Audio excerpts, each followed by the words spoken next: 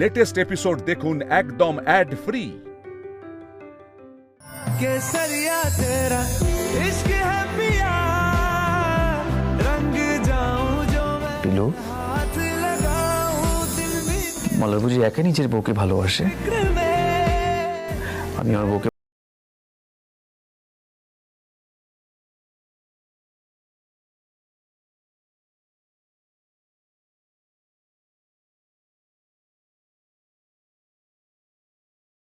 केसरिया तेरा इश्क है पिया ছোট্ট একটু মাথা, এই ছোট্ট মাথায় এক রাশ চিন্তা। উফ। এই পিলু, বলছি যে এবার পুজোয় তোমার যা যা আনন্দ করতে ইচ্ছে করবে আমি কিন্তু সবটা বলবে, মুখ ফুটে দয়া করে বলো প্লিজ।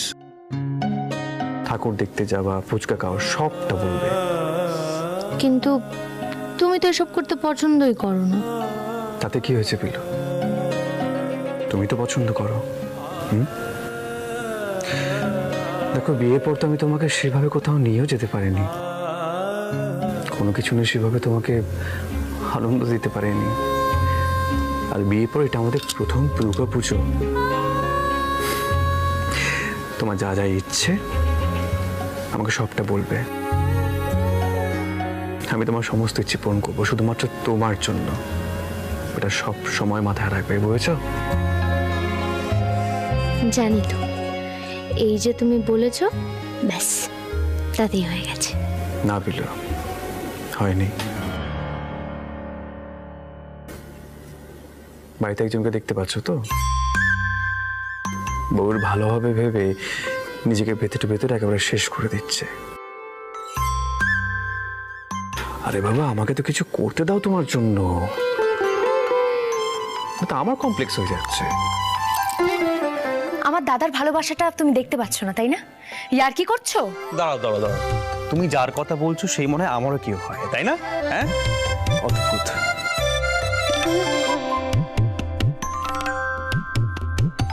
তবে পিলু,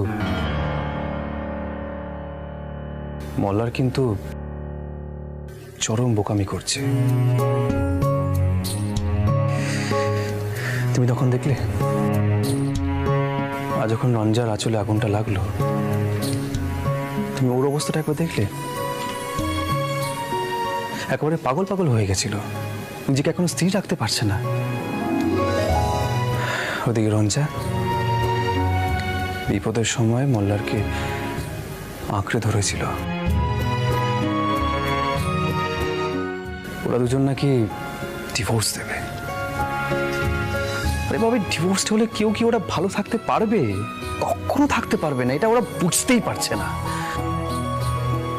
হ্যাঁ, এটাও ঠিক, রঞ্জা যদি মল্লার সঙ্গে জড়িয়ে থাকে তাহলে শীতানি সেভাবে এগোতে পারবে না। মানে কুশল এখন যে পজিশনে দাঁড়িয়ে আছে সেখানে রঞ্জার সুযোগটা বেশি। কিন্তু পিলু, কেরিয়ারটা তো সবকিছু নয়। এভাবে ভালোবাসাকে মেরে ফেলতে পারবে নাকি ওরা? কিন্তু এটা মল্লার কি বোঝাবে? ও তো গোয়ার গোবিন্দ। পিলু, ওই সবকিছু মিলিয়ে মিশিয়ে না আমি বড় বিপদ দেখতে পাচ্ছি। আরে বাবা, পুজোতে তো আমরা ওদের দুজনকে কাছাকাছি আনবো। পারবো কি? বুঝতে পারছো না, ওদের মাঝে কুশল রয়েছে, গুরুজি আছেন। আমি জানি না কেন আমার খুব চিন্তা হচ্ছে পিলু, এত বাধা, আমার সত্যি চিন্তা হচ্ছে।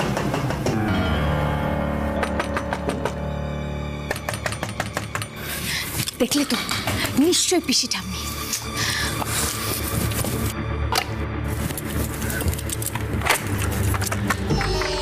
এ কি মল্লারদা, ভেতরে এসো। কিছু হয়েছে? সরি তোমাদের বিরক্ত করলাম, আমার ঘুম আসছে না। আসলে এত বড় একটা দুর্ঘটনা ঘটে গেছে, রঞ্জা ভয় পেয়ে গেছে, একা একা ঘরে আছে তো, তাই খুব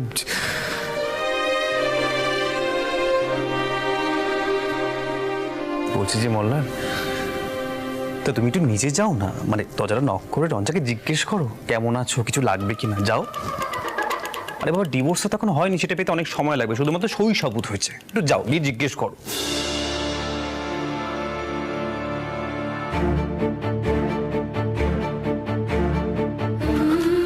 পিলু, হ্যাঁ একবার গিয়ে দেখো না প্লিজ। চিন্তায় ঘুম হচ্ছে না, অথচ বিয়েটা অভিশপ্ত বলে মুক্তি দিয়ে দিল দুম করে। সবকিছুর একটা সীমা থাকে।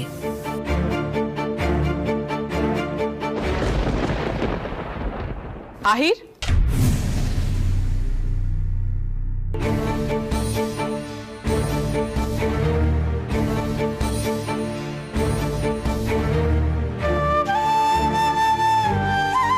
তোমার ভাইকে বলে দাও যে রঞ্জা কি অবস্থায় আছে সেটা নিয়ে ওকে মাথা ঘামাতে হবে না। ও তো রঞ্জাকে মুক্তি দিয়েছে আর নিজেও মুক্তি পেয়েছে, তাহলে আবার তো পিছু টান কিসের? আমি আমার জীবনে এগিয়ে যাব, সেটাই তো উদ্দেশ্য।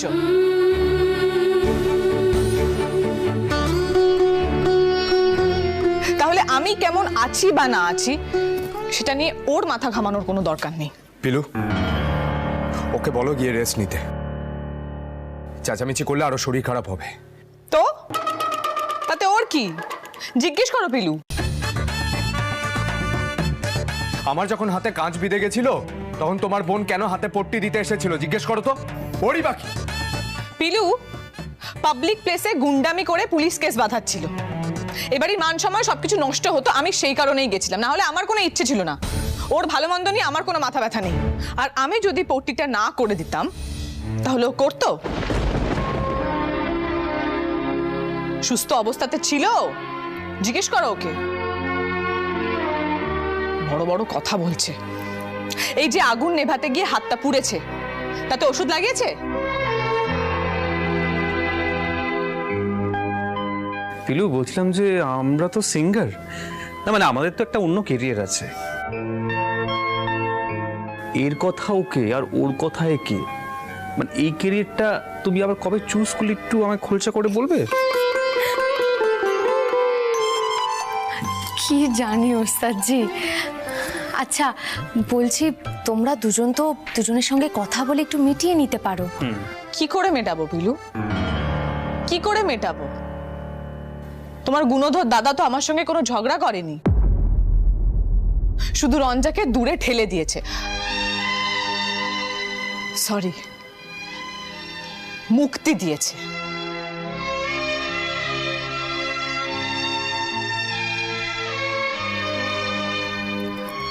এখন দেরি হয়ে গেছে, মাঝখানে বাবার সেন্টিমেন্টটাও চলে এসেছে।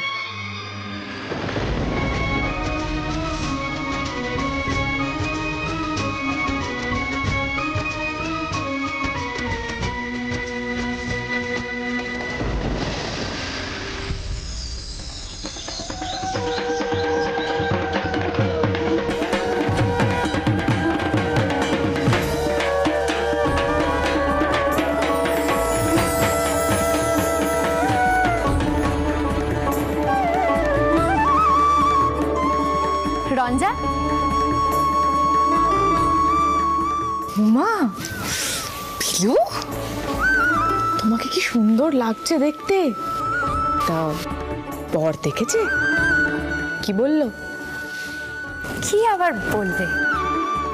হে বাবা, লজ্জায় তো তোমার মুখটা একেবারে লাল হয়ে গেল। তো বর নিশ্চয়ই খুব ভালো ভালো কথা বলেছে। রঞ্জা, রঞ্জা বলছি, তুমি কি এই সাইডে পড়ে থাকবে? একটু পরে তো অঞ্জলি রেডি হবে না? হ্যাঁ, আমি আসলে ভাবছিলাম যে ও বাড়িতে চলে যাই, ওখানে গিয়ে চেঞ্জ করে নেব।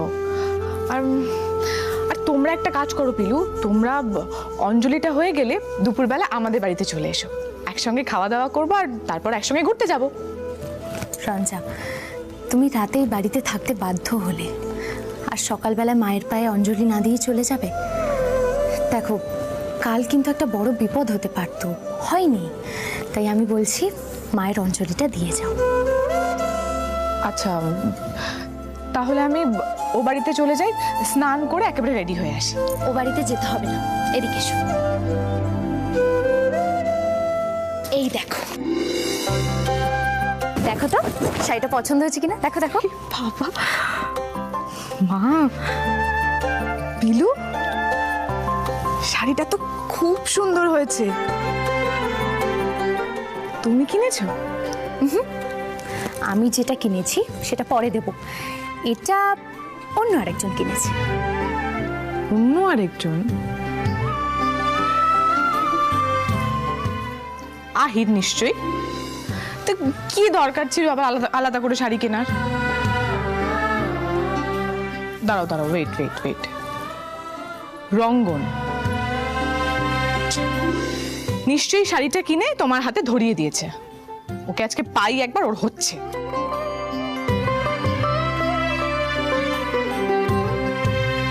দুজনের একজনও কেনেনি, কাকিমাও কেনেনি, পছন্দটা আরেকজন করেছে।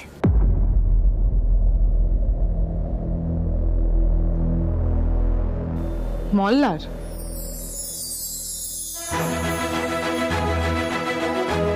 ওকে বলো এই আদিক্ষেতাগুলো না করতে। এগুলো করেও আমার ভেতরে টানাপোড়েনটা আরো বাড়িয়ে দেয় আর আরো বেশি করে টর্চার করে আমাকে। এতই যখন আমার কথা ভাবে, এতই যখন আমার প্রতি টান, তাহলে বিয়েটা ভাঙছে কেন? নিজের ভুলটা রিয়েলাইজ করেছে, নাকি ও ভাবছে যে আমি ওকে গিয়ে বলি যে আমি বিয়েটা ভাঙতে চাই না?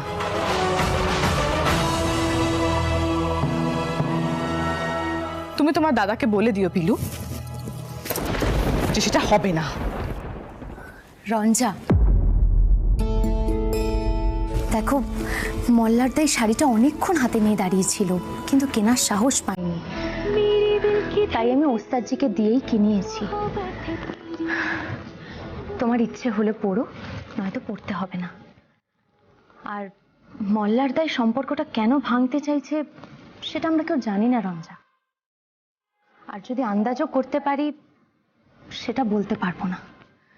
তাই আমি তোমাকে জোর করছি না, আমি শাড়িটা এখানে রেখে যাচ্ছি, তোমার যদি ইচ্ছে হয় তো পড়ো, না হলে পড়তে হবে না। আমি নিচে গেলাম, কেমন?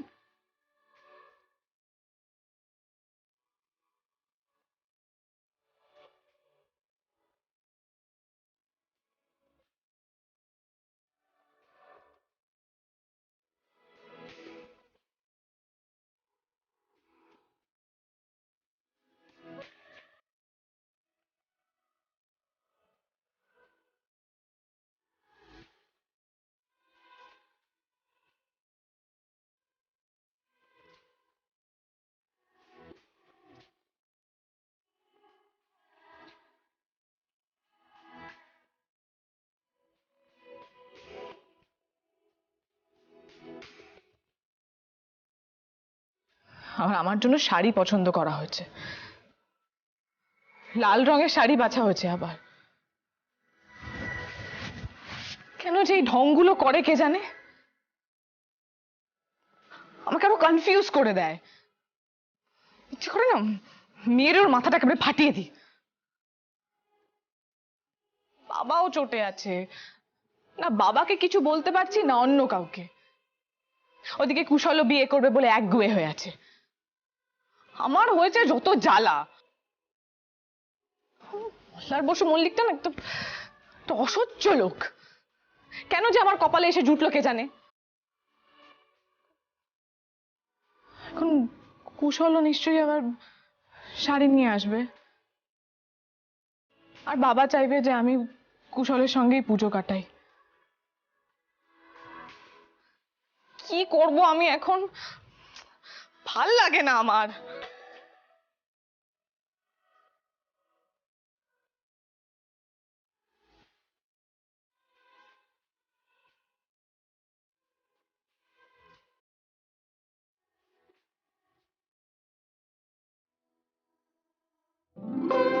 বৌদি,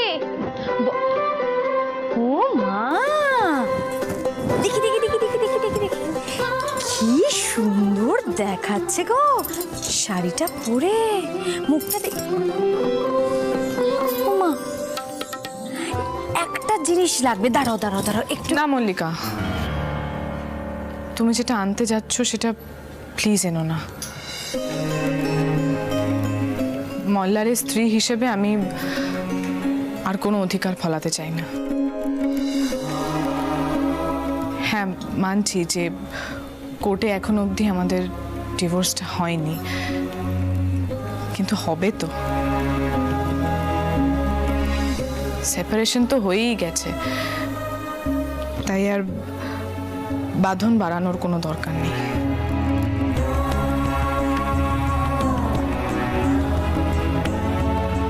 শাড়িটা তো পরেছো বৌদি, দাদার পছন্দ করা। তুমি কি করে জানলে? পিলু বই।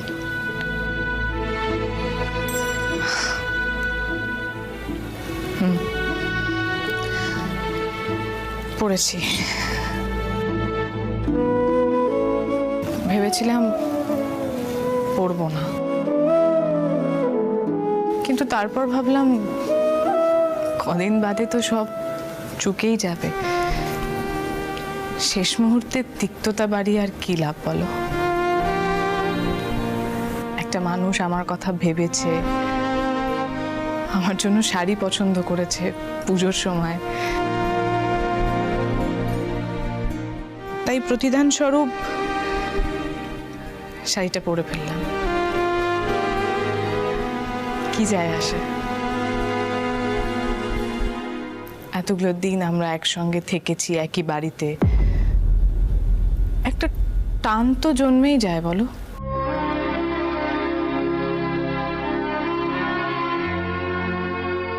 তাছাড়া কি জানো তো, তোমাদের সঙ্গেও একটা সম্পর্ক তৈরি হয়ে গেছে, সেটা তো অস্বীকার করা যায় না।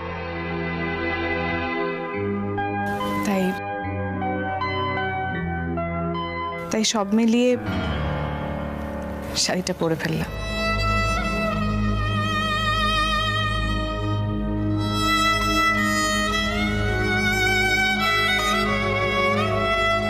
এত কৈফিয়ত কেন দিচ্ছ বৌদি? বেশ করেছো শাড়িটা পরেছো, তোমার সম্পূর্ণ অধিকার আছে নিজের মনের মতন করে সাজার। আছেই তো।